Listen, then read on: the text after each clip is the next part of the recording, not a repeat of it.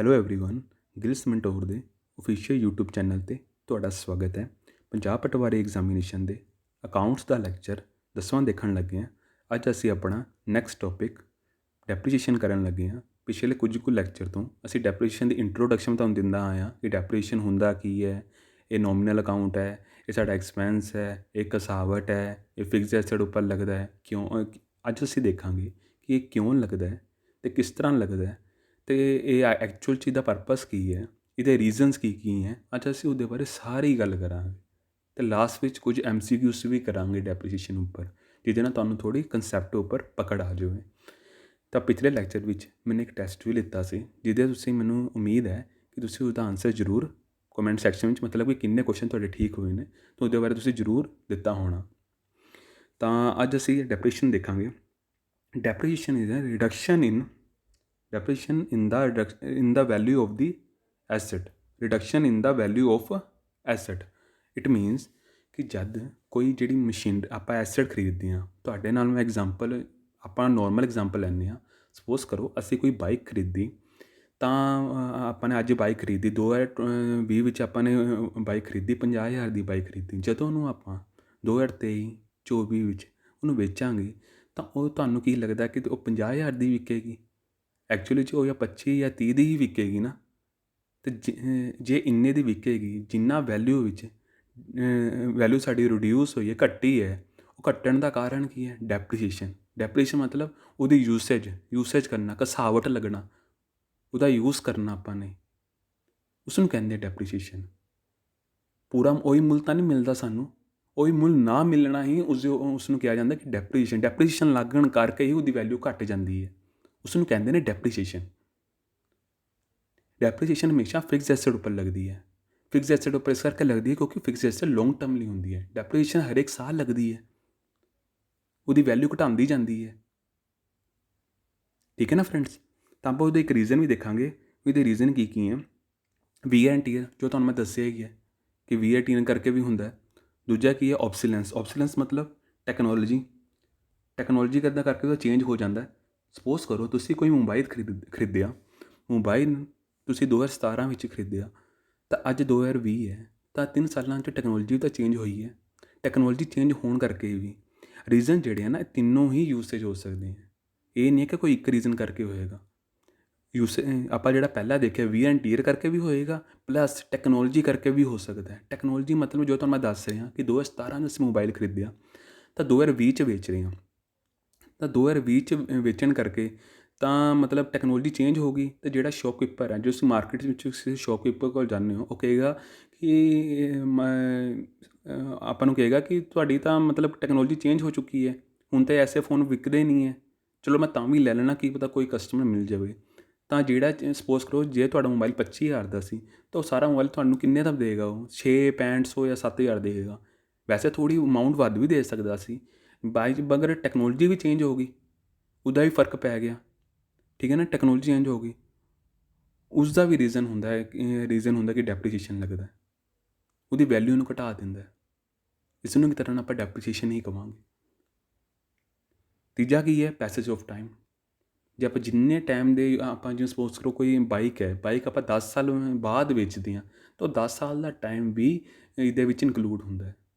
ਡੈਪਰੀਸ਼ੀਏਸ਼ਨ ਇਸ ਨੂੰ ਵੀ ਦੇਖਦਾ ਹੈ, ਡੈਪਰੀਸ਼ੀਏਸ਼ਨ ਕਸਾਵਟ ਇਸ ਨੂੰ ਵੀ ਦੇਖਦਾ। ਇਹਦੀ ਵੈਲਿਊ ਨੂੰ ਕੈਲਕੂਲੇਟ ਕਰਨ ਵਿੱਚ ਇਹ 3 ਰੀਜ਼ਨ ਮੇਨ ਨੇ: wear and tear, technology, passage of time.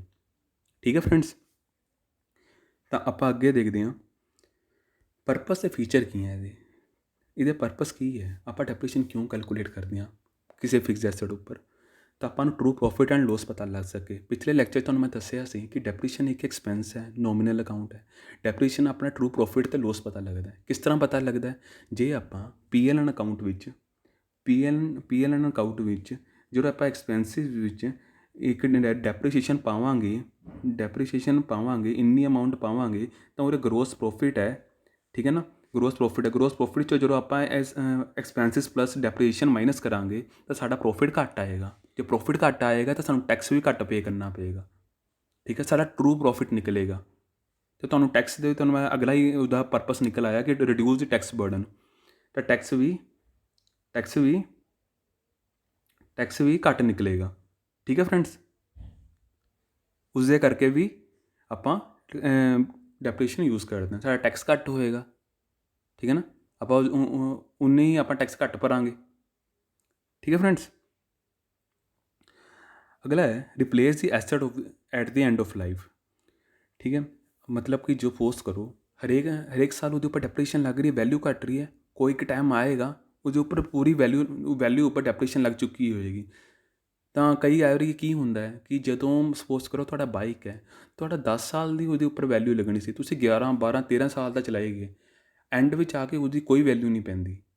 ਤਾਂ ਤੁਸੀਂ ਜਾਂ ਤਾਂ ਤੁਸੀਂ ਕਬਾੜ ਵਿੱਚ ਵੇਚਦੇ ਹੋ ਜਾਂ ਵੈਸੇ ਕਿਸੇ ਉਸਦੇ ਇੰਜਨ ਅਸੈਂਬਲ ਕਰਕੇ ਵੇਚਦੇ ਹੋ, ਤੁਹਾਡਾ ਸਿੱਧਾ ਨਹੀਂ ਵਿਕਦਾ ਉਹ, ਕਿਉਂਕਿ ਯੂਸੇਜ ਕਰਕੇ ਉਹਦੀ ਇੱਕ ਹਿਸਾਬਤ ਤਾਂ ਲੱਗੀ ਨਾ, ਉਹ ਹੌਲੀ ਹੌਲੀ ਖ਼ਰਾਬ ਹੋਣਾ ਸਟਾਰਟ ਵੀ ਤਾਂ ਹੋ ਜਾਏਗਾ, ਉਹਦੀ ਵੈਲਿਊ ਕੋਈ ਨਹੀਂ ਪੈਣੀ, ਕੋਈ ਨਹੀਂ ਲਏਗਾ ਉਸ ਵਾਹੀਕਲ ਨੂੰ। ਤਾਂ ਉਹਦਾ ਮਤਲਬ ਕੀ ਹੋਇਆ ਕਿ ਉਹ ਰਿਪਲੇਸ ਕਰ ਦਿੰਦਾ। ਜਦੋਂ ਤੁਸੀਂ ਉਹਨੂੰ ਵੇਚਦੇ ਹੋ ਤੁਸੀਂ ਦੇ ਦਿੰਦੇ ਹੋ, ਉਹਦੀ ਜਗ੍ਹਾ ਤੁਸੀਂ ਇੱਕ ਨਵਾਂ ਵਾਹੀਕਲ ਲੈਂਦੇ ਹੋ, ਰਿਪਲੇਸ ਕਰਦਾ ਉਹਦੀ ਲਾਈਫ ਤੋਂ ਬਾਅਦ। ਉਹ ਇੱਕ ਨਵਾਂ ਤੁਸੀਂ ਬਾਈਕ ਲੈ ਆਉਂਦੇ ਹੋ, ਤੁਸੀਂ ਨਵੀਂ ਟੈਕਨੋਲੋਜੀ ਵਾਲਾ ਬਾਈਕ ਲੈ ਆਉਂਦੇ ਹੋ, ਨਵੇਂ ਡਿਜ਼ਾਈਨ ਵਾਲਾ ਬਾਈਕ ਲੈ ਆਉਂਦੇ ਹੋ। ਠੀਕ ਹੈ ਨਾ ਫਰੈਂਡਸ। ਐਂਡ ਵਿੱਚ ਜੇ ਸਪੋਜ਼ ਕਰੋ ਉਹਦਾ ਕੁਛ ਨਹੀਂ ਬਚਿਆ, ਉਹਦਾ ਇੰਨਾ ਬੁਰਾ ਹਾਲ ਚੁੱਕਾ ਬਾਈਕ ਦਾ, ਉਹਨੂੰ ਕੂੜਾ ਕਹਿ ਗਿਆ ਸੋਰੀ ਕਬਾੜੀਏ ਨੂੰ ਹੀ ਦੇਵੋਗੇ। ਠੀਕ ਹੈ ਨਾ ਫਰੈਂਡਸ। ਤਾਂ ਇਹ ਆਪਣੇ 3 ਪਹਿਲੇ ਕਿਹੜੇ ਆ ਪਰਪਸ ਹੈ, ਅਤੇ ਅਗਲੇ ਕਿਹੜੇ ਆ ਫੀਚਰਸ ਹੈ। ਇਹ ਇੱਕ ਤਰ੍ਹਾਂ ਨੋਨ ਕੈਸ਼ ਐਕਸਪੈਂਸ, ਇਹ ਸਾਨੂੰ ਦਿਖਦਾ ਨਹੀਂ ਹੈ ਮਗਰ ਇਹਦੀ ਵੈਲਿਊ ਜ਼ਰੂਰ ਪੈਂਦੀ ਹੈ। ਡੈਪਰੇਸ਼ਨ ਸਾਨੂੰ ਦਿਖਦਾ ਤਾਂ ਨਹੀਂ ਨਾ, ਘਸਾਵਟ ਸਾਨੂੰ ਕੀ ਦਿਖਦੀ ਹੈ, ਆਪਾਂ ਰੋਜ਼ ਬਾਈਕ ਯੂਜ਼ ਕਰੇ ਸਾਨੂੰ ਕੀ ਪਤਾ ਲੱਗਦਾ ਕਿ ਕਿੰਨੀ ਘਸਾਵਟ ਲੱਗ ਰਹੀ ਕਿੰਨੀ ਨਹੀਂ ਲੱਗ ਰਹੀ। ਜਦੋਂ ਆਪਾਂ ਉਹਨੂੰ ਕੈਲਕੂਲੇਟ ਕਰਦੇ ਹਾਂ ਤਾਂ ਹੀ ਸਾਨੂੰ ਪਤਾ ਲੱਗਦਾ। ਠੀਕ ਹੈ ਨਾ ਫਰੈਂਡਸ। ਇੱਕ ਆਪਰੇਟਿੰਗ ਐਕਸਪੈਂਸ ਵੀ ਹੈ। ਠੀਕ ਹੈ ਨਾ ਫਰੈਂਡਸ, ਇੱਕ ਆਪਰੇਟਿੰਗ ਐਕਸਪੈਂਸ ਵੀ ਹੈ, ਨੋਨ ਕੈਸ਼ ਐਕਸਪੈਂਸ ਵੀ ਹੈ, ਅਤੇ ਹਮੇਸ਼ਾ PLN ਅਕਾਊਂਟ ਵਿੱਚ ਡੈਬਿਟ ਸਾਈਡ ਆਉਂਦਾ। PLN ਅਕਾਊਂਟ ਤੁਹਾਨੂੰ ਮੈਂ ਕ੍ਰੀਏਟ ਕਰਿਆ, PLN ਅਕਾਊਂਟ ਵਿੱਚ ਡੈਬਿਟ ਸਾਈਡ ਆਏਗਾ, ਡੈਪਰੀਸ਼ੀਏਸ਼ਨ। ਠੀਕ ਹੈ ਫਰੈਂਡਸ, ਇਹ ਅਮਾਊਂਟ ਐਕਸੈਸ ਇਹ PLN ਅਕਾਊਂਟ ਹੈ। ਠੀਕ ਹੈ ਫਰੈਂਡਸ, ਤਾਂ ਇਹ ਡੈਬਿਟ ਸਾਈਡ ਆਏਗਾ, ਇਹ ਕ੍ਰੈਡਿਟ ਸਾਈਡ ਹੈ, ਇਹ ਡੈਬਿਟ ਸਾਈਡ ਹੈ। ਇਹ ਸਾਰੇ ਐਕਸਪੈਂਸਿਸ ਉਰੇ ਆਉਂਦੇ ਹੈ, ਅਤੇ ਪ੍ਰੋਫਿਟ ਇਨਕਮਸ ਉਰੇ ਆਉਂਦੇ ਹੈ, ਅਤੇ ਗਰੋਸ ਪ੍ਰੋਫਿਟ ਵੀ ਉਰੇ ਆਉਂਦਾ ਕ੍ਰੈਡਿਟ ਸਾਈਡ। ਠੀਕ ਹੈ ਫਰੈਂਡਸ। ਤਾਂ ਅੱਗੇ ਆਪਾਂ ਦੇਖਦੇ ਹਾਂ ਇਹਦੀ ਜਨਰਲ ਐਂਟਰੀ ਦੇਖ ਲੈਣ। ਸਭ ਤੋਂ ਪਹਿਲੇ ਇਹਦੀ ਜਨਰਲ ਐਂਟਰੀ ਪਤਾ ਹੋਣਾ ਬਹੁਤ ਜ਼ਰੂਰੀ ਹੈ। ਇਹਦੀਆਂ 2 ਜਨਰਲ ਐਂਟਰੀਆਂ ਹੋਣਗੀਆਂ ਕਿਸੇ ਫਿਕਸ ਐਸਟ ਉੱਪਰ ਲੱਗਣ ਦੀਆਂ। ਪਹਿਲਾ ਹੋਏਗਾ ਡੈਪਰੇਸ਼ਨ ਅਕਾਊਂਟ ਡੈਬਿਟ। ਡੈਪਰੇਸ਼ਨ ਕੀ ਹੈ? ਨੋਮੀਨਲ ਅਕਾਊਂਟ, ਇਹਦੇ ਉੱਪਰ ਘਸਾਵਟ ਲੱਗ ਰਹੀ ਹੈ। ਨੋਮੀਨਲ ਅਕਾਊਂਟ ਕੀ ਕਹਿੰਦਾ ਹੈ? ਡੈਬਿਟ ਆਲ ਐਕਸਪੈਂਸਿਸ, ਕ੍ਰੈਡਿਟ ਆਲ ਇਨਕਮਸ। ਤਾਂ ਡੈਪਰੇਸ਼ਨ ਕੀ ਹੋਏਗਾ? ਡੈਬਿਟ ਹੋਏਗਾ। ਕਿਹਦੇ ਉੱਪਰ ਲੱਗਿਆ? ਫਿਕਸ ਐਸਟ ਉੱਪਰ ਲੱਗਿਆ, ਟੂ ਫਿਕਸ ਐਸਟ। ਠੀਕ ਹੈ ਫਰੈਂਡਸ। ਤਾਂ ਉਸ ਤੋਂ ਬਾਅਦ ਜਦੋਂ ਆਪਾਂ ਡੈਪਰੇਸ਼ਨ ਉੱਪਰ ਇੱਕ ਪਹਿਲੀ ਐਂਟਰੀ ਪਾ ਤੀ, PLN ਅਕਾਊਂਟ ਤੋਂ ਪਹਿਲਾਂ ਇੱਕ ਐਸਟ ਦੇ ਉੱਪਰ ਇੰਨੀ ਅਮਾਊਂਟ ਲੱਗੇਗੀ, ਤਾਂ ਉਸ ਅਮਾਊਂਟ ਨੂੰ ਆਪਾਂ PLN ਅਕਾਊਂਟ 'ਚ ਤਾਂ ਪਾਉਣਾ। ਤਾਂ ਆਪਾਂ PLN ਅਕਾਊਂਟ ਨੂੰ ਅੱਗੋਂ ਕੀ ਕਰਾਂਗੇ? PLN ਅਕਾਊਂਟ ਕੀ ਹੁੰਦਾ ਹੈ ਤੁਹਾਨੂੰ ਮੈਂ ਦੱਸਿਆ ਹੋਣੀ, PLN ਅਕਾਊਂਟ। ਠੀਕ ਹੈ ਨਾ, ਇਹ ਡੈਬਿਟ ਸਾਈਡ ਹੈ, ਇਹ ਕ੍ਰੈਡਿਟ ਸਾਈਡ ਹੈ। PLN ਅਕਾਊਂਟ 'ਚ ਟ੍ਰਾਂਸਫਰ ਕਰਾਂਗੇ। ਇਹ ਪ੍ਰੋਫਿਟ ਐਂਡ ਲੋਸ ਅਕਾਊਂਟ ਡੈਪਰੇਸ਼ਨ ਦਾ ਕੀ ਮਤਲਬ ਹੋਇਆ ਕਿ ਆਪਾਂ ਨੇ ਡੈਪਰੀਸ਼ੀਏਸ਼ਨ ਨੂੰ PLN ਅਕਾਊਂਟ 'ਚ ਟ੍ਰਾਂਸਫਰ ਕਰਤਾ, ਉਹਦੇ ਵਿੱਚ ਐਕਸਪੈਂਸ ਦੇ ਤੌਰ 'ਤੇ ਆਪਾਂ ਨੇ ਉਸਨੂੰ ਦਿਖਾ ਦਿੱਤਾ। ਇਹ PLN ਅਕਾਊਂਟ ਹੈ। ਠੀਕ ਹੈ, ਇਹ 'ਚ ਐਕਸਪੈਂਸ ਵਿੱਚ ਦਿਖਾ ਦਾਂਗੇ ਡੈਪਰੀਸ਼ੀਏਸ਼ਨ। ਠੀਕ ਹੈ, ਇਹ ਐਂਟਰੀ ਇਹੀ ਕਹਿਣਾ ਚਾਹ ਰਹੀ ਹੈ ਕਿ profit and loss account debit, ਮਤਲਬ ਕਿ ਡੈਬਿਟ ਸਾਈਡ 'ਤੇ ਜਿਹੜਾ ਆਪਾਂ ਅਕਾਊਂਟ ਖੋਲ੍ਹਿਆ PLN ਅਕਾਊਂਟ ਨੂੰ, ਤਾਂ PLN ਅਕਾਊਂਟ ਦਾ ਖਾਤਾ ਖੋਲ੍ਹਿਆ ਹੀ ਹੋਇਆ ਕਿ ਇਹ ਡੈਬਿਟ ਸਾਈਡ ਹੈ, ਤਾਂ ਡੈਬਿਟ ਸਾਈਡ ਅਮਾਊਂਟ ਪਾ ਦਾਂਗੇ ਟੂ ਡੈਪਰੇਸ਼ਨ, ਜਿਹਦੇ ਨਾਲ ਉਹਦਾ ਦੇਸ਼ਨ ਨੇ ਡੈਪਰੇਸ਼ਨ ਪਾਣੀ ਆਪਾਂ ਨੂੰ ਟ੍ਰਾਂਸਫਰ ਕਰਤਾ। ਸੇਮ ਲੈਜਰ ਵਾਂਗ PLN ਅਕਾਊਂਟ ਕੀ ਹੁੰਦਾ? ਪ੍ਰੋਫਿਟ ਐਂਡ ਲੋਸ ਅਕਾਊਂਟ, ਜਿਸ 'ਚ ਸਾਰੇ ਐਕਸਪੈਂਸਿਸ ਆਉਂਦੇ। ਠੀਕ ਹੈ ਨਾ। ਟ੍ਰੇਡਿੰਗ ਅਕਾਊਂਟ ਕੀ ਹੁੰਦਾ? ਜਿਸ 'ਚ ਸਾਨੂੰ ਪਤਾ ਲੱਗਦਾ ਕਿ ਸਾਡੇ ਨੇ ਕਿੰਨਾ ਮਾਲ ਵੇਚਿਆ, ਐਕਚੁਅਲ 'ਚ ਉਹਦੀ ਕਿੰਨੀ ਵੈਲਿਊ ਸੀ। ਠੀਕ ਹੈ ਨਾ ਫਰੈਂਡਸ। ਟ੍ਰੇਡਿੰਗ ਅਕਾਊਂਟ ਦਾ ਗਰੋਸ ਪ੍ਰੋਫਿਟ ਟ੍ਰਾਂਸਫਰ ਹੁੰਦਾ PLN ਅਕਾਊਂਟ ਵਿੱਚ। ਉਸ ਤੋਂ ਬਾਅਦ ਇਹ 2 ਐਂਟਰੀਆਂ ਪੈਣਗੀਆਂ। ਪਹਿਲੀ ਐਂਟਰੀ ਹੈ ਡੈਪਰੀਸ਼ੀਏਸ਼ਨ ਅਕਾਊਂਟ ਡੈਬਿਟ, ਡੈਪਰੀਮੈਂਟ ਨੋਮੀਨਲ ਅਕਾਊਂਟ, ਇਹ ਹਮੇਸ਼ਾ ਨੋਮੀਨਲ ਅਕਾਊਂਟ ਹੈ। ਤੁਹਾਨੂੰ MCQs ਵਿੱਚ ਪੁੱਛ ਲਿਆ ਜਾਵੇ ਕਿ ਕਿਹੜਾ ਅਕਾਊਂਟ ਹੈ ਡੈਪਰੀਸ਼ੀਏਸ਼ਨ ਨੋਮੀਨਲ ਅਕਾਊਂਟ ਹੈ, ਹਮੇਸ਼ਾ ਇਹ ਡੈਬਿਟ ਹੋਏਗਾ। Expenses all debit, nominal account ਇਹ ਕਹਿੰਦਾ। Credit all incomes and gains, expenses losses debit, credit all incomes and gains. ਠੀਕ ਹੈ ਫਰੈਂਡਸ। ਇਸ ਨੂੰ ਮੈਥਡਸ ਕੀ ਹੈ ਕੈਲਕੂਲੇਟ ਕਰਨ ਦੇ? ਠੀਕ ਹੈ, 2 ਤਰ੍ਹਾਂ ਦੇ ਮੈਥਡ ਸਾਡੇ ਅਕਾਊਂਟਿੰਗ ਵਿੱਚ ਯੂਜ਼ ਕੀਤੇ ਜਾਂਦੇ। ਵੈਸੇ ਤਾਂ 4 ਮੈਥਡ ਹੈ, ਮਗਰ ਸਾਡੇ ਉਰੇ ਅਕਾਊਂਟਿੰਗ ਵਿੱਚ ਜ਼ਿਆਦਾਤਰ 2 ਮੈਥਡ ਯੂਜ਼ ਕੀਤੇ ਜਾਂਦੇ ਆ। ਮੈਂ ਉਹਨਾਂ ਨੂੰ ਹੀ ਡਿਸਕਸ ਕਰਾਂਗਾ। ਠੀਕ ਹੈ, ਪਹਿਲਾ ਮੈਥਡ ਹੈ ਸਟੇਟ ਲਾਈਨ ਮੈਥਡ, ਦੂਜਾ ਹੈ ਰਿਟਨ ਡਾਊਨ ਵੈਲਿਊ ਮੈਥਡ। ਠੀਕ ਹੈ। ਰਿਟਨ ਡਾਊਨ ਵੈਲਿਊ ਨੂੰ ਵੀ ਡਿਮਿਨਿਸ਼ਿੰਗ ਮੈਥਡ ਵੀ ਕਹਿੰਦੇ ਨੇ, ਰਿਡਿਊਸਿੰਗ ਬੈਲੈਂਸ ਮੈਥਡ ਵੀ ਕਹਿੰਦੇ ਨੇ।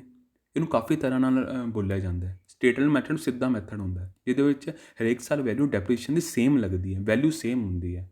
ਹੁਣ ਜਦੋਂ ਮੈਂ ਤੁਹਾਨੂੰ ਅੱਗੇ ਸਮਝਾਵਾਂ ਤੁਹਾਨੂੰ ਸਮਝ ਆਏਗਾ ਸਟੇਟਮੈਂਟ ਮੈਥਡ ਕੀ ਹੁੰਦਾ ਅਤੇ ਡਿਮਿਨਿਸ਼ਿੰਗ ਮੈਥਡ ਕੀ ਹੁੰਦਾ।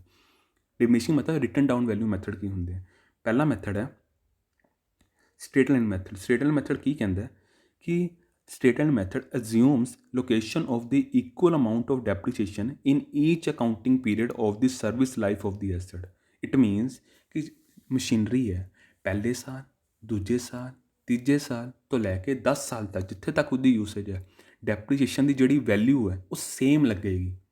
ਸਪੋਜ਼ ਕਰੋ ਤੁਸੀਂ 50,000 ਦੀ ਚੀਜ਼ ਖਰੀਦੀ ਅੱਜ ਪਹਿਲੇ ਸਾਲ ਵਿੱਚ, ਤਾਂ ਉਹਦੀ ਡੈਪਰੀਸ਼ੀਏਸ਼ਨ ਦੀ ਅਮਾਊਂਟ ਬਣਦੀ ਹੈ, ਜੇ ਆਪਾਂ ਕੈਲਕੂਲੇਟ ਕਰਾਂਗੇ 5,000 ਬਣਦੀ ਹੈ। 5,000 ਨੂੰ ਛੱਡੋ, ਤੁਸੀਂ 50,000 ਦੀ ਲਿੱਤੀ ਹੈ, 10% ਉਸਦੇ ਉੱਪਰ ਡੈਪਰੀਸ਼ੀਏਸ਼ਨ ਹਰੇਕ ਸਾਲ ਲੱਗੇਗੀ। ਤਾਂ 50,000 ਦਾ 10% ਕਿੰਨਾ ਹੋ ਗਿਆ? 50,000 ਦਾ 10% ਕਿੰਨਾ ਹੋ ਗਿਆ? 5,000 ਹੋ ਗਿਆ ਨਾ। ਤਾਂ 5,000 ਹਰੇਕ ਸਾਲ ਸੇਮ ਅਮਾਊਂਟ ਲੱਗੇਗੀ।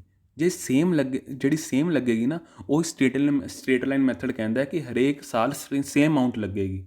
ਉਹ ਇਸ ਨੂੰ ਕਹਿਣਾ ਚਾਹ ਰਿਹਾ ਕਿ 50, ਹੁਣ ਸਪੋਜ਼ ਕਰੋ ਪਹਿਲੇ ਸਾਲ 50,000 ਵੈਲਿਊ ਸੀ, ਜਿਸ 'ਚੋਂ 5,000 ਦੀ ਡੈਪਰੀਸ਼ੀਏਸ਼ਨ ਮਾਈਨਸ ਹੋਈ, ਤਾਂ 45,000 ਵੈਲਿਊ ਰਹਿ ਗਈ ਦੂਜੇ ਸਾਲ। ਦੂਜੇ ਸਾਲ ਵੀ 5,000 ਹੀ ਮਾਈਨਸ ਹੋਏਗਾ, ਤੀਜੇ ਸਾਲ ਵੀ 5,000 ਹੀ ਮਾਈਨਸ ਹੋਏਗਾ। ਉਹ ਚੀਜ਼ ਉਰੇ ਕਹਿਣਾ ਚਾਹ ਰਿਹਾ ਕਿ ਹਰੇਕ ਸਾਲ ਡੈਪਰੀਸ਼ੀਏਸ਼ਨ ਦੀ ਅਮਾਊਂਟ ਸੇਮ ਰਹੇਗੀ, ਭਾਵੇਂ ਉਹਦੀ ਵੈਲਿਊ ਜਿਹੜੀ ਹੈ ਫਿਕਸ ਐਸੈਟ ਦੀ, ਬਾਈਕ ਦੀ ਵੈਲਿਊ ਭਾਵੇਂ ਘੱਟੀ ਜਾ ਰਹੀ ਹੈ, ਬਟ ਡੈਪਰੀਸ਼ੀਏਸ਼ਨ ਦੀ ਵੈਲਿਊ ਹਮੇਸ਼ਾ 10% ਸੇਮ ਰਹੇਗੀ ਜੋ ਪਹਿਲੇ ਸਾਲ ਲੱਗੀ ਹੈ। ਠੀਕ ਹੈ ਫਰੈਂਡਸ, ਇਹ 'ਚ ਡੈਪਰੀਸ਼ੀਏਸ਼ਨ ਘਟੇਗੀ ਨਹੀਂ, ਹਮੇਸ਼ਾ ਸੇਮ ਰਹੇਗੀ ਜਦ ਤੱਕ ਉਹ ਰਿਪਲੇਸ ਨਹੀਂ ਕਰ ਜਾਂਦੀ। ਜਦ ਤੱਕ ਰਿਪਲੇਸ ਨਹੀਂ ਕਰ ਜਾਂਦੀ, ਜਦ ਤੱਕ ਉਹਦੀ ਸੇਲ ਨਹੀਂ ਹੋ ਜਾਂਦੀ। ਆਪਾਂ ਸੇਲ ਵੀ ਤਾਂ ਕਰ ਦਿੰਦੇ ਹਾਂ, ਕੋਈ ਬਾਈਕ ਲੈਂਦੇ 5 ਸਾਲ ਬਾਅਦ ਸੇਲ ਕਰਦੇ ਹਾਂ, ਉਦੋਂ ਤੱਕ ਉਹਦੀ ਅਮਾਊਂਟ ਸੇਮ ਲੱਗੇਗੀ ਡੈਪਰੀਸ਼ੀਏਸ਼ਨ ਦੀ। ਉਹਨੂੰ ਕਹਿੰਦੇ ਨੇ ਸਟੇਟ ਲਾਈਨ ਮੈਥਡ। ਇਹਦਾ ਫਾਰਮੂਲਾ ਕੀ ਹੈ? Original cost minus salvage value upon estimate useful life.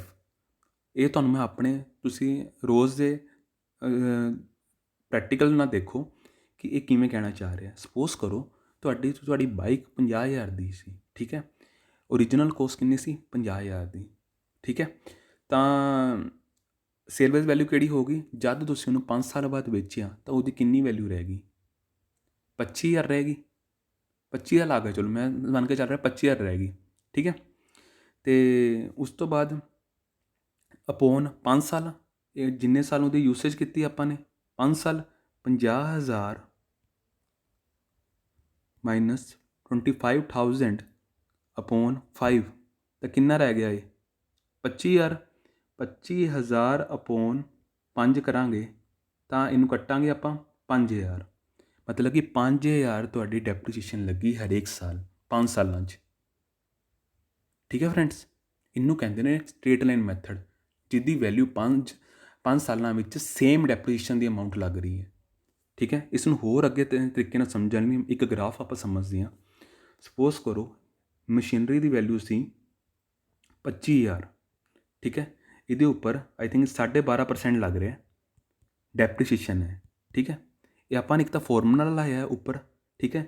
ਜੇ ਆਪਾਂ ਨੇ ਫਾਰਮੂਲਾ ਨਹੀਂ ਵੀ ਲਾਉਣਾ, ਸਪੋਜ਼ ਕਰੋ ਕਈ ਵਾਰੀ ਫਾਰਮੂਲਾ ਦਿੱਤਾ ਹੁੰਦਾ ਸੀ, ਫਾਰਮੂਲਾ ਲਾ ਕੇ ਕਰੋ, ਕਈ ਵਾਰੀ ਪਰਸੈਂਟੇਜ ਦਿੱਤੀ ਹੁੰਦੀ ਹੈ ਕਿ ਇਸ ਮਸ਼ੀਨਰੀ ਉੱਪਰ ਜਾਂ ਇਸ ਬਾਈਕ ਉੱਪਰ ਇੰਨੇ % ਡੈਪਰੀਸ਼ੀਏਸ਼ਨ ਲੱਗੇਗੀ, 10%, 12%, ਠੀਕ ਹੈ।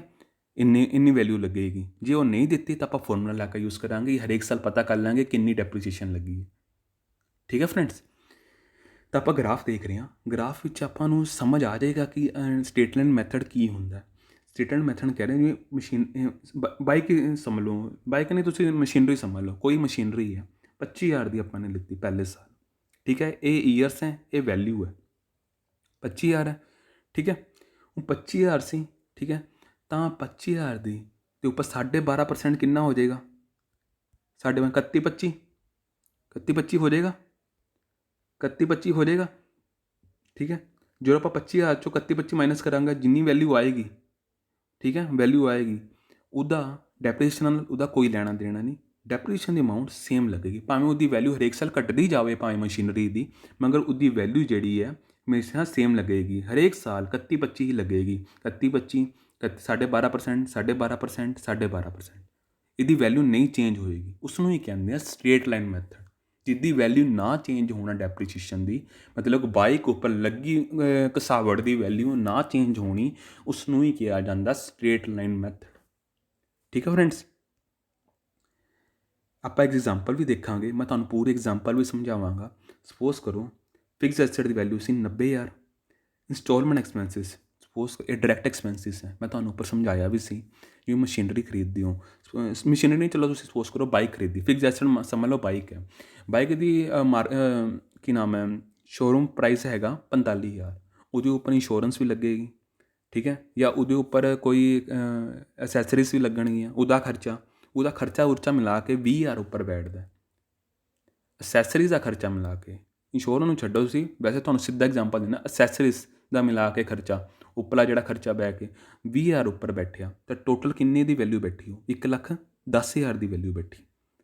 1,10,000 ਦੀ ਬਾਈਕ ਬਣੀ ਤੁਹਾਡੀ, 1,10,000 ਦੀ ਬਾਈਕ ਬਣੀ, ਠੀਕ ਹੈ, 1,10,000 ਦੀ ਬਣੀ, ਇਕੱਲੀ 90,000 ਦੀ ਨਾ ਬਣੀ, ਕਿਉਂਕਿ ਉਹ 'ਚ ਇੰਸਟਾਲਮੈਂਟ ਐਕਸਪੈਂਸਿਸ ਨਾਲ ਰੱਖ ਗਏ। ਡਾਇਰੈਕਟ ਐਕਸਪੈਂਸਿਸ ਉਸ ਬੁੱਕ ਵੈਲਿਊ ਵਿੱਚ ਹਮੇਸ਼ਾ ਪਲੱਸ ਹੁੰਦਾ ਹੈ, ਠੀਕ ਹੈ ਫਰੈਂਡਸ, ਉਹ 1,10,000 ਆ ਜਾਏਗਾ, ਠੀਕ ਹੈ। ਐਸਟਿਮੇਟ ਸਕ੍ਰੈਪ ਵੈਲਿਊ ਦਾ ਮਤਲਬ ਹੋਇਆ ਜਦ ਤੁਸੀਂ ਉਹਨੂੰ 5 ਸਾਲ ਬਾਅਦ ਵੇਚ ਰਹੇ ਹੋ। 5 ਸਾਲ ਲੈ ਲਓ, ਭਾਵੇਂ ਉਰੇ ਜਿਵੇਂ ਮਰਜ਼ੀ ਲੈ ਲਓ। ਜੇ ਤੁਸੀਂ ਉਰੇ ਮਸ਼ੀਨਰੀ ਲਾ ਕੇ ਚੱਲ ਰਹੇ ਹੋ ਤਾਂ 90,000 ਦਾ ਉਰੇ ਬਿਲਕੁਲ ਠੀਕ ਹੈ ਕਿ 10,000 ਦੀ ਵਿਕੇਗੀ। ਜੇ ਬਾਈਕ ਮੰਨ ਕੇ ਚੱਲ ਰਹੇ ਹੋ 5 ਸਾਲ ਬਾਅਦ ਤਾਂ 10,000 ਦੀ ਤਾਂ ਨਹੀਂ ਵਿਕਦੀ, ਬਟ ਤੁਸੀਂ ਇੱਕ ਇਮੈਜਿਨ ਕਰਕੇ ਚੱਲੋ, ਸਪੋਜ਼ ਕਰੋ 10,000 ਦੀ ਵਿਕੇਗੀ ਜੇ ਬਾਈਕ ਹੈ ਤੁਹਾਡੀ, ਠੀਕ ਹੈ, 10,000 ਦੀ ਵਿਕੇਗੀ 5 ਸਾਲਾਂ ਬਾਅਦ, ਉਹਦੀ ਐਸਟੀਮੇਟਡ ਵੈਲਿਊ ਕਿ 10,000 ਦੀ ਵਿਕੇਗੀ। ਤਾਂ ਇਸ ਨੂੰ ਆਪਾਂ ਕਿਸ ਤਰ੍ਹਾਂ ਕੈਲਕੂਲੇਟ ਕਰਾਂਗੇ? ਠੀਕ ਹੈ, ਟੋਟਲ ਜਿਹੜੀ ਵੈਲਿਊ ਬਣੀ ਫਿਕਸ ਐਸਟ ਦੀ ਉਹ 1,10,000 ਬਣੀ, ਠੀਕ ਹੈ। ਆਪਾਂ ਅੱਗੇ ਦੇਖਦੇ ਹਾਂ, ਫਾਰਮੂਲਾ ਕੀ ਹੋਏਗਾ? Cost plus expenses on instalment. Cost ਇਹ ਹੋ ਗਈ 90,000, ਠੀਕ ਹੈ, 20,000 ਰੁਪਏ ਇੰਸਟਾਲਮੈਂਟ ਉੱਪਰ ਐਕਸਪੈਂਸਿਸ ਹੋ ਗਏ, ਮਾਈਨਸ ਸਕ੍ਰੈਪ ਵੈਲਿਊ, ਜਿੰਨੀ ਉਹਦੀ ਵੈਲਿਊ ਬਣੀ 5 ਸਾਲਾਂ ਬਾਅਦ ਇੰਨੀ ਵੈਲਿਊ ਰਹਿ ਜਾਏਗੀ, ਠੀਕ ਹੈ, ਅਪੋਨ 5 ਜਿੰਨੇ ਸਾਲ ਹੈ। ਵੈਸੇ ਉਰੇ ਈਅਰਸ ਲਿਖਣਾ ਸੀ ਮੈंने ਉਰੇ ਈਅਰਸ ਲਿਖਣਾ, ਐਸਟੀਮੇਟਡ ਲਾਈਵ ਲਿਖਣੀ ਸੀ, ਮਗਰ ਉਹਨੇ ਸਿੱਧਾ ਉਹਨੇ ਲਿਖਤਾ, ਉਹਨੇ 5 ਲਿਖਤਾ। ਤਾਂ ਆਪਾਂ ਉਰੇ ਕੈਲਕੂਲੇਟ ਕਰਾਂਗੇ, ਆ ਦੇਖੋ 90,000 ਪਲੱਸ 20,000 ਮਾਈਨਸ 10,000 ਅਪੋਨ 5, ਤਾਂ 20,000 ਉਹਦੀ ਡੈਪਰੀਸ਼ੀਏਸ਼ਨ ਵੈਲਿਊ ਨਿਕਲ ਗਈ। ਹਰੇਕ ਸਾਲ ਡੈਪਰੀਸ਼ੀਏਸ਼ਨ 20,000 ਲੱਗਿਆ, ਠੀਕ ਹੈ ਫਰੈਂਡਸ।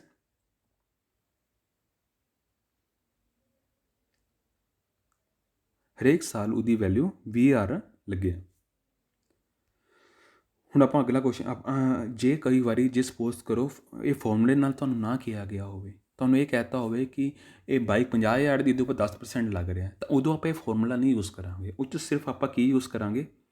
ਉਹ 'ਚ ਆਪਾਂ ਸਿਰਫ ਯੂਜ਼ ਕਰਾਂਗੇ 90,000 ਪਲੱਸ ਉਹਦੇ ਉੱਪਰ ਜਿਹੜੇ ਇੰਸਟਾਲਮੈਂਟ ਐਕਸਪੈਂਸਿਸ ਲੱਗ ਰਹੇ ਆ, ਉਹ ਤਾਂ ਲੱਗਣਗੇ। ਬੁੱਕ ਵੈਲਿਊ ਟੋਟਲ ਦੀ ਬਣੇਗੀ, ਡਾਇਰੈਕਟ ਐਕਸਪੈਂਸਿਸ ਪਲੱਸ ਉਹਦੀ ਜਿਹੜੀ ਉਹ ਵੈਲਿਊ ਹੈ ਉਹ ਨਾਲ ਹੀ ਲੱਗੇਗੀ, ਠੀਕ ਹੈ। 1,10,000 ਮਲਟੀਪਲਾਈ 10%। ਉਹ ਜਦੋਂ ਆਪਾਂ ਇਹ ਵੈਲਿਊ ਕੈਲਕੂਲੇਟ ਕਰ ਲਈ ਨਾ, ਇਹਦੀ 90 ਪਲੱਸ 20,000, ਤਾਂ ਉਸ ਤੋਂ ਬਾਅਦ ਫਾਰਮੂਲਾ ਲਾਉਣਾ ਜੇ ਸਾਨੂੰ ਪਰਸੈਂਟੇਜ ਦਿੱਤਾ ਹੋਵੇ ਕਿ ਇਸ ਬਾਈਕ ਉੱਪਰ ਇੰਨੇ % ਡੈਪਰੀਸ਼ੀਏਸ਼ਨ ਘਸਾਵਟ ਲੱਗੇਗੀ। ਜੇ ਇੰਨੇ % ਘਸਾਵਟ ਲੱਗੇਗੀ ਤਾਂ ਆਪਾਂ ਇਕੱਲੀ ਪਰਸੈਂਟੇਜ ਲੈਣੀ ਹੈ। 1,10,000 ਅਪੋਨ 10%, ਜੇ ਉਰੇ 100 ਆ ਜਾਏਗਾ ਤਾਂ ਉਰਾ ਕੀ ਆ ਜਾਏਗਾ? 11,000। 11,000 ਹਰੇਕ ਸਾਲ ਉਹਦੀ ਵੈਲਿਊ ਨਿਕਲ ਰਹੀ ਹੈ, ਠੀਕ ਹੈ ਫਰੈਂਡਸ।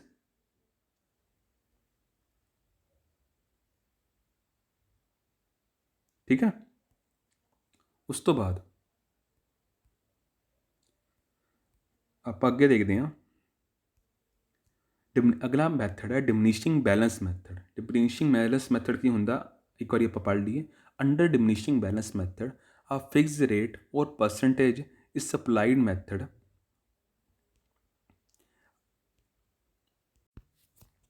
ਆਪਾਂ ਡਿਮਨੀਸ਼ਿੰਗ ਮੈਥਡ ਦੇਖ ਰਹੇ ਸੀ।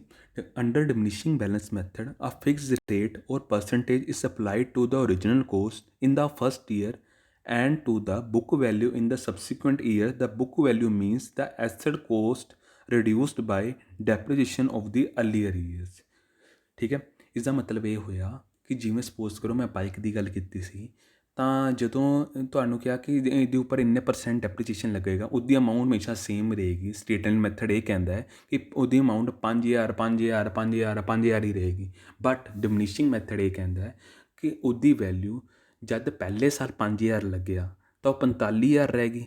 ਤਾਂ ਉਸਦੇ ਜਦੋਂ ਅਗਲੇ ਸਾਲ 45,000 ਜਦੋਂ ਉਸ ਬਾਈਕ ਦੀ ਵੈਲਿਊ ਬਣੀ ਤਾਂ ਉਸਦੇ ਉੱਪਰ ਦੁਬਾਰਾ ਮਤਲਬ ਕਿ ਉਸਦੇ ਉੱਪਰ ਜਿੰਨੀ ਪਰਸੈਂਟੇਜ ਹੋਏਗੀ ਉਹਦੀ ਉਨੀ ਹੀ ਲੱਗੇਗੀ। ਮਤਲਬ 10% ਜੇ ਆਪਾਂ 50,000 ਉੱਪਰ 10% ਲਾ ਰਹੇ ਸੀ 5,000 ਲੱਗੀ, ਤਾਂ ਅਗਲੇ ਸਾਲ ਜਿਹੜੇ 45,000 ਹੈ, ਅਗਲੇ ਸਾਲ ਜਿਹੜਾ 45,000 ਹੈ, 45,000 ਉੱਪਰ 10% ਲੱਗੇਗਾ। ਠੀਕ ਹੈ, ਤਾਂ ਉਹਦੀ ਕਿੰਨੀ ਵੈਲਿਊ ਬਣੇਗੀ 4500।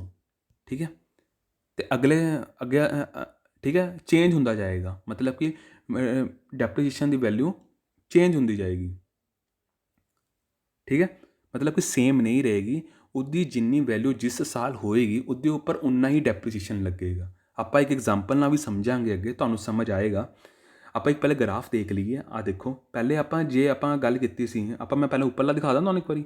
ਉੱਪਰਲਾ ਆਪਾਂ ਗ੍ਰਾਫ ਦੇਖਿਆ ਸੀ, ਆਪਾਂ ਗ੍ਰਾਫ ਆ ਰਿਹਾ, ਆਪਾਂ ਇਹ 'ਚ ਕੀ ਦੇਖ ਰਹੇ ਸੀ ਕਿ ਹਰੇਕ ਸਾਲ 31-25 ਲੱਗ ਰਿਹਾ, 31-25 ਲੱਗ ਰਿਹਾ, 31-25 ਲੱਗ ਰਿਹਾ, 31-25 ਲੱਗ ਰਿਹਾ। ਬਟ ਡਿਮਿਨਿਸ਼ਿੰਗ ਮੈਥਡ ਕੀ ਕਹਿੰਦਾ ਹੈ, ਆਹ ਦੇਖੋ, ਡਿਮਿਨਿਸ਼ਿੰਗ ਮੈਥਡ ਕਹਿ ਰਿਹਾ ਹੈ, ਆਹ ਦੇਖੋ, ਠੀਕ ਹੈ, 25,000 ਸੀ, 25,000 ਉੱਪਰ ਕਿੰਨਾ ਲੱਗਿਆ, ਆਈ ਥਿੰਕ ਇਹਦੇ ਉੱਪਰ 25% ਹੈ, ਇਹਦੇ ਉੱਪਰ 25% ਜਦੋਂ ਆਪਾਂ ਲਾਵਾਂਗੇ, ਠੀਕ ਹੈ, ਤਾਂ 62-50 ਆ ਜਾਏਗਾ ਪਹਿਲੇ ਸਾਲ। ਅਤੇ ਦੂਜੇ ਸਾਲ ਇਹ ਚੇਂਜ ਕਿਉਂ ਹੋ ਗਿਆ? ਇਸ ਲਈ ਚੇਂਜ ਹੋ ਗਿਆ ਕਿਉਂਕਿ 25,000 ਚੋਂ ਆਪਾਂ ਨੇ 62-50 ਮਾਈਨਸ ਕੀਤਾ, 25,000 ਚੋਂ ਦੇਖੋ 62-50 ਮਾਈਨਸ ਕੀਤਾ, ਜਿੰਨੀ ਉਹਦੀ ਵੈਲਿਊ ਬਚੀ ਉਹਦੇ ਉੱਪਰ 25% ਲਾਵਾਂਗੇ। ਠੀਕ ਹੈ, ਫਿਰ ਦੂਜੇ ਸਾਲ ਵੀ ਸੇਮ ਹੋਏਗਾ। ਸੇਮ ਕਿਵੇਂ ਕਰਾਂਗੇ? ਜਿੰਨੀ ਉਹਦੀ ਵੈਲਿਊ ਬਚੀ ਉਸ ਵਿੱਚੋਂ ਇੰਨੀ ਵੈਲਿਊ, ਜਿੰਨੀ ਉਹਦਾ ਡੈਪਰੀਸੀਏਸ਼ਨ ਆਇਆ ਉੱਚੋਂ ਉਹਨੂੰ ਮਾਈਨਸ ਕਰਕੇ ਤੀਜੇ ਸਾਲ ਉਹਦੀ ਵੈਲਿਊ ਘਟਦੀ ਜਾਏਗੀ। ਡਿਮਿਨਿਸ਼ਿੰਗ ਮੈਥਡ ਦਾ ਮਤਲਬ ਇਹ ਹੋਇਆ ਕਿ ਹਰੇਕ ਸਾਲ ਉਹਦੀ ਡੈਪਰੀਸੀਏਸ਼ਨ ਦੀ ਵੈਲਿਊ ਘਟਦੀ ਹੀ ਜਾਏਗੀ। ਇਹ ਘਟਦੀ ਜਾ ਰਹੀ ਹੈ ਨਾ, ਸੇਮ ਤਾਂ ਨਹੀਂ ਹੈ, ਘਟਦੀ ਜਾ ਰਹੀ ਹੈ। ਕਿਉਂਕਿ ਘਟਦੀ ਇਸ ਲਈ ਜਾ ਰਹੀ ਹੈ ਕਿਉਂਕਿ ਜੇ ਆਪਾਂ ਨੇ 50, ਸਪੋਜ਼ ਕਰੋ, ਤੁਸੀਂ ਇਹਨੂੰ ਛੱਡੋ 2 ਮਿੰਟ, 50,000 ਦੀ ਚੀਜ਼ ਲਿੱਤੀ, ਤਾਂ ਉਹਦੇ ਉੱਪਰ ਜਿਹੜਾ 5,000 ਰੁਪਏ ਆਪਣੇ ਡੈਪਰੀਸੀਏਸ਼ਨ ਲਾਇਆ 10%, ਉਹ ਅਗਲੇ ਸਾਲ ਉਹਦੀ ਵੈਲਿਊ 45,000 ਰਹੇਗੀ। 45,000 ਉੱਪਰ ਫਿਰ 10% ਲਾਇਆ, ਠੀਕ ਹੈ, ਵਿੱਚੋਂ 4500 ਮਾਈਨਸ ਕੀਤਾ, ਫਿਰ ਜਿੰਨੀ ਅਮਾਊਂਟ ਆਈ ਫਿਰ ਉਹਦੇ ਉੱਪਰ 10% ਲਾਇਆ। ਜਿੰਨੀ ਉਹਦੀ ਵੈਲਿਊ ਹਰੇਕ ਸਾਲ ਆਉਂਦੀ ਜਾਏਗੀ ਉਹਦੇ ਉੱਪਰ 10% ਲਗਾਉਂਦੇ ਜਾਵਾਂਗੇ। ਤੁਹਾਨੂੰ ਹੋਰ ਕਲੀਅਰ ਕਰਨ ਲਈ ਮੈਂ ਅੱਗੇ ਐਗਜ਼ਾਮਪਲ ਵੀ ਦਿੱਤੀ ਹੈ। ਆਹ ਦੇਖੋ, ਨਹੀਂ ਇਹ ਨਹੀਂ ਹੈ, 2 ਮਿੰਟ, ਆ ਰਹੀ। ਰਿਟਨ ਡਾਊਨ ਵੈਲਿਊ ਮੈਥਡ ਦੇਖ ਲਓ ਇੱਕ ਵਾਰੀ। ਰਿਟਨ ਡਾਊਨ ਵੈਲਿਊ ਮੈਥਡ ਕੀ ਕਹਿ ਰਿਹਾ ਕਿ ਡੈਪਰੀਸੀਏਸ਼ਨ ਪਹਿਲੇ ਸਾਲ ਕਿੰਨੀ ਲੱਗੀ?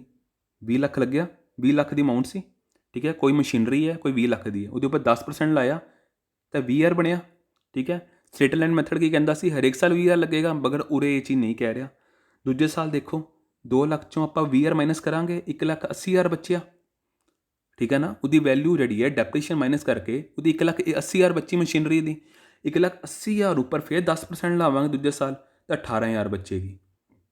ਮਤਲਬ ਕਿ ਡੈਪਰੀਸ਼ਨ ਚੇਂਜ ਹੁੰਦੀ ਜਾ ਰਹੀ ਹੈ, ਚੇਂਜ ਹੋ ਰਹੀ ਹੈ ਨਾ, 2,000 ਮਾਈਨਸ ਹੁੰਦਾ, ਚੇਂਜ ਹੋ ਰਹੀ ਹੈ, ਸੇਮ ਤਾਂ ਨਹੀਂ ਰਹਿ ਰਹੀ ਇੱਕ ਸਾਲ। ਕਿਉਂਕਿ ਆਪਾਂ ਜਿੰਨਾ ਉਹਦੀ ਵੈਲਿਊ ਮਸ਼ੀਨਰੀ ਦੀ ਦੂਜੇ ਸਾਲ ਜਿੰਨੀ ਉਹਦੀ ਵੈਲਿਊ ਆ ਰਹੀ ਹੈ ਮਾਈਨਸ ਕਰਕੇ, ਡੈਪਰੀਸ਼ਨ ਮਾਈਨਸ ਕਰਕੇ, ਉਹਦੇ ਉੱਪਰ 10% ਮਤਲਬ ਕਿ 10% ਲਾ ਰਹੇ ਹਾਂ ਆਪਾਂ ਇਹ ਨਹੀਂ ਕਰ ਰਹੇ ਕਿ ਪਹਿਲੇ ਸਾਲ ਜਿੰਨੀ ਅਮਾਊਂਟ ਲਾਈ ਸੀ ਉਹੀ ਸੇਮ ਬਾਰ-ਬਾਰ ਉਸ ਹਰੇਕ ਸਾਲ ਆਪਾਂ ਯੂਜ਼ ਕਰਦੇ ਜਾਵਾਂਗੇ। ਦੂਜੇ ਸਾਲ ਇਹ ਚੇਂਜ ਹੋ ਗਿਆ, 1,80,000 ਬੱਚਾ, ਉਹਦੇ ਉੱਪਰ 10% ਲਾਇਆ। ਠੀਕ ਹੈ, ਫਿਰ 18,000 ਆਈ ਡੈਪਰੀਸ਼ਨ, ਫਿਰ ਇਹ 1,080 ਚੋਂ 18,000 ਮਾਈਨਸ ਕੀਤਾ, 1,62,000 ਬੱਚਾ, ਫਿਰ ਉਹਦੇ ਉੱਪਰ 10% ਲਾਇਆ, ਫਿਰ 16,200 ਆਇਆ, ਫਿਰ 16,200 ਵਿੱਚੋਂ ਇਹਨੂੰ ਇੰਨਾ ਮਾਈਨਸ ਕੀਤਾ ਅਤੇ 1,45,800 ਆਇਆ। ਇੰਨੀ ਉਹਦੀ ਵੈਲਿਊ ਤੀਜੇ ਸਾਲ ਬਣੀ। ਠੀਕ ਹੈ, ਅਤੇ ਡੈਪਰੀਸ਼ਨ ਹਮੇਸ਼ਾ ਚੇਂਜ ਹੁੰਦੀ ਹੈ, 20,000 ਲੱਗੀ, 18,000 ਲੱਗੀ ਅਤੇ 16,200 ਲੱਗੀ। ਠੀਕ ਹੈ ਫਰੈਂਡਸ, ਸਮਝ ਆ ਗਿਆ ਨਾ? ਠੀਕ ਹੈ ਫਰੈਂਡਸ, ਤਾਂ ਇਸ ਦੇ ਉੱਪਰ ਤੁਸੀਂ ਜੇ ਆਪਾਂ ਉਹਦਾ ਅਕਾਊਂਟ ਵੀ ਦੇਖਣਾ ਚਾਹੋ ਤਾਂ ਤੁਹਾਨੂੰ ਸਮਝ ਆਏਗਾ। ਆਹ ਦੇਖੋ, ਆਪਾਂ ਪਹਿਲੇ ਅਕਾਊਂਟ ਦੇਖੋ ਲੈਜਰ ਵਾਲਾ, ਇਹ ਇੱਕ ਤਰ੍ਹਾਂ ਦਾ ਲੈਜਰ ਅਕਾਊਂਟ ਹੈ। ਠੀਕ ਹੈ, ਅਕਾਊਂਟ ਹੈ ਨਾ, ਫਰਨੀਚਰ ਅਕਾਊਂਟ ਹੈ, ਇਹ ਫਰਨੀਚਰ ਅਕਾਊਂਟ ਹੈ। Furniture account diminishing balance method ਲੱਗ ਰਿਹਾ। ਤਾਂ furniture account debit to bank account, ਮਤਲਬ ਕਿ ਆਪਾਂ ਨੇ ਫਰਨੀਚਰ ਖਰੀਦਿਆ, ਫਰਨੀਚਰ ਹਮੇਸ਼ਾ ਡੈਬਿਟ ਹੋ ਰਿਹਾ। ਤੁਸੀਂ ਸਮਝਿਆ ਸੀ ਲੈਜਰ ਵਿੱਚ, ਜੋ ਫਰਨੀਚਰ ਡੈਬਿਟ ਹੋ ਰਿਹਾ ਤਾਂ ਉਹਦੇ ਨਾਲ ਜਿੱਦਾਂ ਡੈਬਿਟ ਹੋ ਰਿਹਾ ਤਾਂ ਅਮਾਊਂਟ ਪਾਤੀ ਉਰੇ, ਜਿੱਦਾਂ ਉਹਦਾ ਰਿਲੇਸ਼ਨ ਸੀ ਟੂ ਬੈਂਕ, ਪੈਸਾ ਦਿੱਤਾ ਬੈਂਕ ਦੁਆਰਾ, ਟੂ ਬੈਂਕ ਪਾਤਾ। ਠੀਕ ਹੈ, ਅਤੇ ਉਹਦੇ ਉੱਪਰ ਜਿਹੜੀ ਆਪਾਂ ਡੈਪਰੀਸ਼ਨ ਲਾਈ, ਠੀਕ ਹੈ, ਸਪੋਜ਼ ਕਰੋ ਇਹਦੇ ਉੱਪਰ 5% ਲੱਗ ਰਹੀ ਹੈ ਨਾ, ਹਾਂ ਇਹਦੇ ਉੱਪਰ 5% ਲੱਗ ਰਹੀ ਹੈ, 4,000 ਉੱਪਰ ਆਪਾਂ 5% ਦੇ ਰਹੇ ਹਾਂ, 5% ਦੇ ਰਹੇ ਹਾਂ। ਠੀਕ ਹੈ, 4,000 ਉੱਪਰ ਤਾਂ 5% ਦਾ ਕਿੰਨਾ ਬਣਿਆ? 200 ਬਣਿਆ। ਅਤੇ ਕਿੰਨੀ ਵੈਲਿਊ ਰਹਿ ਗਈ ਹੁਣ ਇਹਦੀ? 3,800 ਰਹਿ ਗਈ। 3,800 ਅੱਗੇ ਬਰੋ ਡਾਊਨ ਹੋ ਜਾਏਗੀ, ਬਰੋ ਡਾਊਨ ਹੋ ਗਈ 3,800। ਜਦੋਂ 3,800 ਬਰੋ ਡਾਊਨ ਹੋਈ ਤਾਂ ਇਹਦੇ ਉੱਪਰ ਫਿਰ 5% ਲਾਵਾਂਗੇ ਆਪਾਂ। 3,800 ਉੱਪਰ 5% ਲਾਇਆ, 190 ਹੋਇਆ। ਠੀਕ ਹੈ ਨਾ, 190 ਹੋਇਆ, ਅਤੇ ਇਹਦੀ ਵੈਲਿਊ ਹੁਣ 3610 ਰਹਿ ਗਈ। ਫਿਰ 36 10 ਅਗਲੇ ਤੀਜਾ ਸਾਲ ਹੋਏਗਾ। ਇਹ ਤੀਜੇ ਸਾਲ ਬਰੋ ਡਾਊਨ ਕੀਤਾ ਤਾਂ 36 10 ਰਹਿ ਗਈ ਵੈਲਿਊ ਇਹਦੀ, ਠੀਕ ਹੈ। ਇਹ 36 10 ਰਹਿ ਗਈ। ਫਿਰ ਇਹਦੇ ਉੱਪਰ ਆਪਾਂ ਨੇ 5% ਲਾਇਆ, ਠੀਕ ਹੈ। ਇਹਦੀ ਆਈ 181, ਫਿਰ ਇੰਨੀ ਵੈਲਿਊ ਰਹਿ ਗਈ। ਫਿਰ ਇਹ ਅਗਲੇ ਸਾਲ ਟ੍ਰਾਂਸਫਰ ਹੋਇਆ। ਇਸ ਤਰ੍ਹਾਂ ਹੋਏਗਾ, ਮਤਲਬ ਕਿ ਹਰੇਕ ਸਾਲ ਜਿਹੜੀ ਡੈਪਰੀਸ਼ਨ ਦੀ ਵੈਲਿਊ ਹੈ ਉਹ ਚੇਂਜ ਹੁੰਦੀ ਜਾਏਗੀ, ਮਤਲਬ ਘਟਦੀ ਜਾਏਗੀ, ਠੀਕ ਹੈ ਫਰੈਂਡਸ, ਸੇਮ ਨਹੀਂ ਰਹੇਗੀ। ਆ ਦੇਖੋ ਜਿਹੜਾ ਇਹ ਓਪਨਿੰਗ ਬੈਲੈਂਸ ਮਲਟੀਪਲਾਈ 5/100, 5% ਲੱਗ ਰਿਹਾ ਨਾ, ਮਤਲਬ ਕਿ ਪਹਿਲੇ ਸਾਲ ਇਹਦੀ ਵੈਲਿਊ 3800 ਬਣੀ ਤਾਂ ਡੈਪਰੀਸ਼ਨ ਵੀ 200 ਬਣਿਆ। ਦੂਜੇ ਸਾਲ ਵਿੱਚ 36 10 ਬਣੀ ਤਾਂ ਡੈਪਰੀਸ਼ਨ ਵੀ 190 ਬਣਿਆ। ਮਤਲਬ ਕਿ ਵੈਲਿਊ ਬਣੀ ਨਾ, ਦੂਜੇ ਸਾਲ ਜਿਹੜੀ ਆਪਾਂ ਕੈਰੀ ਡਾਊਨ ਹੋਵੇ ਤੀਜੇ ਸਾਲ ਆਉਂਦੀ ਹੈ, ਤੀਜੇ ਸਾਲ ਦੀ ਇਹ ਵੈਲਿਊ ਹੋ ਗਈ। ਦੂਜੇ ਸਾਲ 3800, ਆ ਦੇਖੋ ਤੁਹਾਨੂੰ ਸਿੱਧਾ ਸਮਝਾਉਣਾ, 4000 ਪਹਿਲੇ ਸਾਲ ਸੀ ਤਾਂ ਇਹਦੇ ਉੱਪਰ 5% ਲਾ ਕੇ 200 ਹੋ ਗਿਆ। ਦੂਜੇ ਸਾਲ 3800 ਬਣੀ ਤਾਂ ਉਹਦੇ ਉੱਪਰ 5% ਲਾ ਕੇ 190 ਹੋ ਗਿਆ। ਤੀਜੇ ਸਾਲ 36 10 ਬਣੀ ਤਾਂ ਇਹਦੇ ਉੱਪਰ 5% ਲਾ ਕੇ 81 ਹੋ ਗਿਆ। ਚੌਥੇ ਸਾਲ 3429 ਬਣੀ ਤਾਂ ਇਹਦੇ ਉੱਪਰ 5% ਲਾ ਕੇ ਇੰਨਾ ਹੋ ਗਿਆ। ਅਤੇ ਚੌਥੇ ਸਾਲ ਬਾਅਦ ਇੰਨੀ ਵੈਲਿਊ ਦੀ ਬਚ ਗਈ, ਇਹਦੀ ਇੰਨੀ ਵੈਲਿਊ ਬਚ ਗਈ ਫਰਨੀਚਰ ਅਕਾਊਂਟ ਦੀ, ਠੀਕ ਹੈ ਫਰੈਂਡਸ। ਠੀਕ ਹੈ ਫਰੈਂਡਸ, ਹੁਣ ਆਪਾਂ ਇੱਕ ਵਾਰੀ ਸਟੇਟ ਲਾਈਨ ਮੈਥਡ ਦਾ ਇਵੇਂ ਅਕਾਊਂਟ ਦੇਖ ਲਈਏ। ਆ ਦੇਖੋ ਮੈਂ ਉਹ ਵੀ ਲਿੱਤਾ ਤੁਹਾਡੇ ਸਾਹਮਣੇ, ਇਹਨੂੰ ਕਹਿੰਦੇ ਓਰੀਜਨਲ ਕੋਸਟ ਮੈਥਡ, ਠੀਕ ਹੈ। State line method, original cost method, ਇਹਨੂੰ ਇੱਕੋ ਹੀ ਨਾਮ ਹੈ, original cost state line method. ਇਹ 'ਚ ਕੀ ਕਹਿ ਰਿਹਾ, ਸੇਮ ਐਗਜ਼ਾਮਪਲ ਹੈ, ਬਸ ਉਰੇ ਮੈਥਡ ਕਿਹੜਾ ਸਟ੍ਰੇਟ ਲਾਈਨ ਹੈ, ਉੱਥੇ ਕੀ ਸੀ ਡਿਮਨੀਸ਼ਿੰਗ, ਮਤਲਬ original cost method. Original cost ਵੀ ਕਹਿੰਦੇ ਆ, ਸਟ੍ਰੇਟ ਲਾਈਨ ਮੈਥਡ ਵੀ ਕਹਿੰਦੇ ਆ। ਉਰੇ ਕੀ ਹੈ, 4000 ਲੈ ਰਹੇ ਆਪਾਂ 5% ਯੂਜ਼ ਕੀਤਾ 200 ਆਇਆ। ਸਾਨੂੰ ਨਹੀਂ ਪਤਾ ਕਿੰਨਾ ਬਚ ਗਿਆ, 3800 ਬਚ ਗਿਆ, ਕੋਈ ਗੱਲ ਨਹੀਂ, 3800 ਲਿੱਤਾ ਉਰੇ, ਬਸ ਸਾਡੀ ਜਿਹੜੀ ਡੈਪਰੀਸ਼ਨ ਦੀ ਵੈਲਿਊ ਹੈ ਸੇਮ ਰਹੇਗੀ, ਜੋ ਪਹਿਲੇ ਸਾਲ ਸੀ ਉਹੀ ਰਹੇਗੀ, ਤੀਜੇ ਸਾਲ ਵੀ ਉਹੀ ਰਹੀ, ਤੀਜੇ ਸਾਲ ਵੀ ਡੈਪਰੀਸ਼ਨ ਦੀ ਵੈਲਿਊ ਹੋ ਰਹੀ, ਮਤਲਬ ਕਿ ਅਮਾਊਂਟ, ਮਤਲਬ ਡੈਪਰੀਸ਼ਨ ਦੀ ਵੈਲਿਊ ਉਨੀ ਹੀ ਰਹੇਗੀ, ਉਹ ਨਹੀਂ ਘਟੇਗੀ, ਠੀਕ ਹੈ। ਮਸ਼ੀਨਰੀ ਦੀ ਵੈਲਿਊ ਭਾਵੇਂ ਘਟਦੀ ਜਾਵੇ, 4000 ਤੋਂ ਆਪਾਂ ਉਰੇ ਪਹੁੰਚ ਗਏ 3400 ਤੇ ਪਹੁੰਚ ਗਏ, ਬਟ ਡੈਪਰੀਸ਼ਨ ਦੀ ਵੈਲਿਊ 200 ਹੀ ਰਹੇਗੀ। ਬਟ ਉਰੇ ਇਹਦੀ ਵੈਲਿਊ ਘਟਦੀ ਜਾ ਰਹੀ ਹੈ, 200 190, ਕਿਉਂਕਿ ਜਿੰਨਾ ਉਹਦਾ ਵੈਲਿਊ ਬਣ ਰਹੀ ਹੈ ਦੂਜੇ ਸਾਲ 'ਚ ਉਹਦੇ ਉੱਪਰ ਆਪਾਂ ਲਾ ਰਹੇ ਹਾਂ। ਬਟ ਸਟੇਟ ਲਾਈਨ ਮੈਥਡ 'ਚ ਕੀ ਹੋ ਰਿਹਾ, ਜਿੰਨੇ ਸਾਲ ਪਹਿਲੇ ਸਾਲ ਬਣੀ ਸੀ ਉਹੀ ਸੇਮ ਲਾ ਰਹੇ ਹਾਂ, ਠੀਕ ਹੈ ਫਰੈਂਡਸ। ਤਾਂ ਆਪਾਂ ਇਹ ਤੁਹਾਨੂੰ ਸਮਝ ਆ ਗਿਆ ਨਾ। ਜੇ ਤੁਹਾਨੂੰ ਤਾਂ ਵੀ ਨਾ ਸਮਝ ਆਇਆ, ਮਤਲਬ ਸਪੋਜ਼ ਕਰੋ ਜੇ ਤੁਹਾਨੂੰ ਕੁਛ ਵੀ ਪ੍ਰੋਬਲਮ ਲੱਗਦੀ ਹੈ, ਜੇ ਤੁਹਾਨੂੰ ਥੋੜ੍ਹਾ ਬਹੁਤਾ ਵੀ ਪ੍ਰੋਬਲਮ ਲੱਗਦੀ, ਤੁਸੀਂ ਕਮੈਂਟ ਕਰਿਓ, ਮੈਂ ਨੈਕਸਟ ਲੈਕਚਰ 'ਤੇ ਜੇ ਤੁਹਾਡੇ ਕੋਈ ਡਾਊਟਸ ਹੋਣਗੇ ਉਹ ਮੈਂ ਲਵਾਂਗਾ। ਇਹ ਤੁਹਾਡੇ ਲਈ ਇੱਕ ਨਵਾਂ ਕਨਸੈਪਟ ਆ, ਮਗਰ ਤੁਹਾਨੂੰ ਮੈਂ ਜਿੰਨਾ ਕਲੈਰਿਟੀ ਨਾਲ ਸਮਝਾਇਆ ਤੁਹਾਨੂੰ ਆ ਜਾਣਾ ਚਾਹੀਦਾ ਸਮਝ। ਜੇ ਤਾਂ ਵੀ ਨਾ ਆਵੇ ਸਮਝ ਤਾਂ ਤੁਸੀਂ ਪਲੀਜ਼ ਕਮੈਂਟ ਕਰਿਓ, ਮੈਂ ਤੁਹਾਨੂੰ ਰਿਪਲਾਈ ਕਰਾਂਗਾ, ਠੀਕ ਹੈ। ਮੇਰੀ ਡਿਊਟੀ ਹੈ ਤੁਹਾਨੂੰ ਸਮਝਾਉਣਾ, ਮੈਂ ਸਮਝਾਵਾਂਗਾ, ਠੀਕ ਹੈ ਫਰੈਂਡਸ। ਡੈਪਰੀਸ਼ਨ ਹੁਣ ਆਪਾਂ ਪਹਿਲਾਂ ਇਸ ਦੇ ਉੱਪਰ ਹੀ ਸਾਰੇ MCQs ਦੇਖਾਂਗੇ। ਅੱਜ ਅਸੀਂ ਕੁਝ 5 MCQs ਲਵਾਂਗੇ, ਠੀਕ ਹੈ। ਪਹਿਲਾ ਕੀ ਹੈ, ਡੈਪਰੀਸ਼ਨ ਇਨ ਚਾਰਜ ਜ਼ੋਨ। ਆਪਾਂ ਡੈਪਰੀਸ਼ਨ ਕਿਹਦੇ ਉੱਪਰ ਚਾਰਜ ਕਰਦੇ ਹਾਂ, ਕਰੰਟ ਐਸਿਡ ਉੱਪਰ ਕਰਦੇ ਹਾਂ, ਫਿਕਸਡ ਐਸਿਡ ਉੱਪਰ ਕਰਦੇ ਹਾਂ, ਬੋਥ A ਐਂਡ B ਆਏਗਾ, ਨਨ ਆਫ ਦਿਸ ਆਏਗਾ। ਦੱਸੋ, ਇਹ ਆਏਗਾ ਫਿਕਸਡ ਐਸਿਡ ਉੱਪਰ। ਡੈਪਰੀਸ਼ਨ ਹਮੇਸ਼ਾ ਫਿਕਸਡ ਐਸਿਡ ਉੱਪਰ ਹੁੰਦੀ ਹੈ। ਡੈਪਰੀਸ਼ਨ ਦਾ ਫਿਕਸਡ ਐਸਿਡ ਲੌਂਗ ਟਰਮ ਲਈ ਹੁੰਦੀ ਹੈ, ਅਤੇ ਡੈਪਰੀਸ਼ਨ ਲੌਂਗ ਟਰਮ ਲਈ ਲੱਗਦੀ ਹੈ। ਤਾਂ ਹੀ ਉਹਦੀ 1 ਸਾਲ ਲਈ ਥੋੜ੍ਹਾ ਡੈਪਰੀਸ਼ਨ ਲੱਗੇਗੀ। ਬਾਈਕ ਆਪਾਂ ਖਰੀਦਦੇ ਹਾਂ 4-5 ਸਾਲ ਤਾਂ ਚਲਾਉਂਦੇ ਹੀ ਆ, ਉਹ ਕੀ ਹੋ ਗਿਆ, ਫਿਕਸਡ ਐਸਿਡ ਹੋ ਗਿਆ। ਮਸ਼ੀਨਰੀ ਆਪਾਂ ਖਰੀਦਦੇ ਹਾਂ 4-5 ਸਾਲ 7 ਸਾਲ 10 ਸਾਲ, ਜ਼ਿਆਦਾਤਰ ਆਪਾਂ 10 ਸਾਲ ਤਾਂ ਚਲਾਵਾਂਗੇ ਹੀ, ਉਹ ਹੋ ਗਿਆ ਫਿਕਸਡ ਐਸਿਡ ਹੋ ਗਿਆ।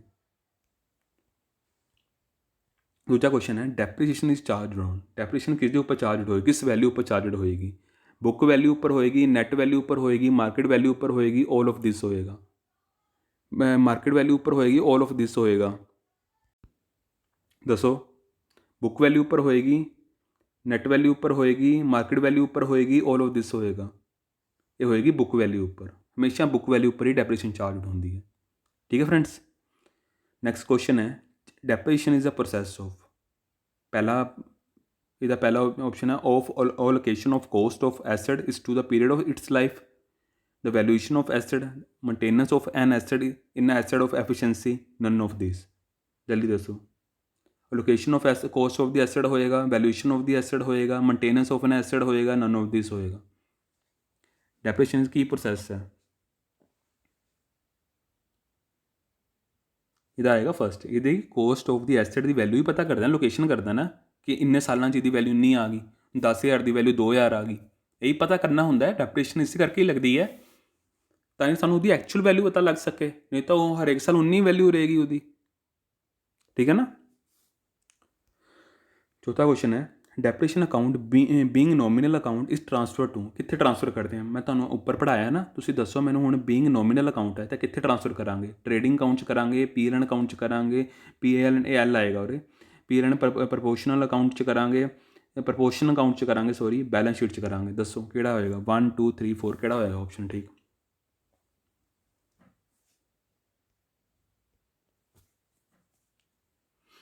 ਇਹ ਹੋਏਗਾ ਪੀਐਲ ਅਕਾਊਂਟ। ਪੀਐਲ ਅਕਾਊਂਟ 'ਚ ਆਪਾਂ ਡੈਬਿਟ ਸਾਈਡ ਐਕਸਪੈਂਸਿਵ ਸਾਈਡ ਪਾਈਦਾ ਹਮੇਸ਼ਾ ਡੈਪਰੀਸ਼ੀਏਸ਼ਨ, ਠੀਕ ਹੈ। ਅਤੇ ਬੈਲੈਂਸ ਸ਼ੀਟ ਵਿੱਚੋਂ ਫਿਕਸਡ ਐਸਟ ਵਿੱਚੋਂ ਡੈਪਰੀਸ਼ੀਏਸ਼ਨ ਮਾਈਨਸ ਹੋ ਜਾਂਦਾ, ਕਿਉਂਕਿ ਜਿੰਨੀ ਉਹਦੀ ਵੈਲਿਊ ਹੁੰਦੀ ਉਹ 'ਚੋਂ ਮਾਈਨਸ ਹੋ ਜਾਂਦਾ ਨਾ ਡੈਪਰੀਸ਼ੀਏਸ਼ਨ, ਠੀਕ ਹੈ ਨਾ ਫਰੈਂਡਸ। ਅਗਲਾ ਕੁਐਸਚਨ ਅੱਜ ਦਾ ਲਾਸਟ ਕੁਐਸਚਨ ਹੈ, diminishing balance method is also known as, ਕੀ ਕਵਾਂਗੇ? ਰਿਡਿਊਸਿੰਗ ਮੈਥਡ ਕਵਾਂਗੇ, ਰਿਟਨ ਡਾਊਨ ਵੈਲਿਊ ਮੈਥਡ ਕਵਾਂਗੇ, ਰਿਡਿਊਸਿੰਗ ਇੰਸਟਾਲਮੈਂਟ ਮੈਥਡ ਕਵਾਂਗੇ, ਜਾਂ ਆਲ ਆਫ ਦੀ ਅਬਵ ਆਏਗਾ? ਦੱਸੋ। ਇਹ ਆਏਗਾ ਆਲ ਆਫ ਦੀ ਅਬਵ। ਇਹਨੂੰ ਰਿਡਿਊਸਿੰਗ ਮੈਥਡ ਵੀ ਕਹਿੰਦੇ ਆ, ਰਿਟਨ ਡਾਊਨ ਵੈਲਿਊ ਵੀ ਮੈਥਡ ਕਹਿੰਦੇ ਆ, ਰਿਡਿਊਸਿੰਗ ਇੰਸਟਾਲਮੈਂਟ ਮੈਥਡ ਵੀ ਕਹਿੰਦੇ ਆ, ਠੀਕ ਹੈ ਫਰੈਂਡਸ। ਤਾਂ ਅੱਜ ਲਈ ਇੰਨਾ ਹੀ। ਜੇ ਤੁਹਾਨੂੰ ਮੇਰਾ ਲੈਕਚਰ ਠੀਕ ਲੱਗਿਆ ਹੋਵੇ ਤਾਂ ਤੁਸੀਂ ਲਾਈਕ ਕਰ ਦਿਓ, ਸ਼ੇਅਰ ਕਰਿਓ, ਸ਼ੇਅਰ ਜ਼ਰੂਰ ਕਰਿਓ, ਕਿਉਂਕਿ ਸਾਰਿਆਂ ਤੋਂ ਕੋਲ ਪਹੁੰਚਣਾ ਜ਼ਰੂਰੀ ਹੈ, ਤਾਂ ਕਿ ਉਹਨਾਂ ਦੀ ਵੀ ਹੈਲਪ ਕਰਿਓ, ਠੀਕ ਹੈ ਨਾ। ਜਿਹੜੇ ਪੰਜਾਬ ਪਟਵਾਰੀ ਐਗਜ਼ਾਮੀਨੇਸ਼ਨ ਦੀ ਤਿਆਰੀ ਕਰ ਰਹੇ ਹੈ ਉਹਨਾਂ ਕੋਲ ਤਾਂ ਇੱਕ ਵੀਡੀਓ ਪਹੁੰਚਣੀ ਚਾਹੀਦੀ ਹੈ ਨਾ, ਇਹ ਤੁਹਾਡੀ ਡਿਊਟੀ ਬਣਦੀ ਹੈ, ਪਲੀਜ਼ ਜ਼ਰੂਰ ਕਰਿਓ। ਅਤੇ ਅਸੀਂ ਕੱਲ੍ਹ ਮਿਲਾਂਗੇ, ਹੁਣ ਅਗਲਾ ਟੌਪਿਕ ਕਰਾਂਗੇ। ਜੇ ਅਗਲਾ ਟੌਪਿਕ ਕਰਾਂਗੇ ਤਾਂ ਕੁਛ MCQs ਕਰਾਂਗੇ ਉਹਦੇ ਨਾਲ, ਠੀਕ ਹੈ ਨਾ ਫਰੈਂਡਸ। ਤਾਂ ਅੱਜ ਲਈ ਇੰਨਾ ਹੀ, ਥੈਂਕ ਯੂ।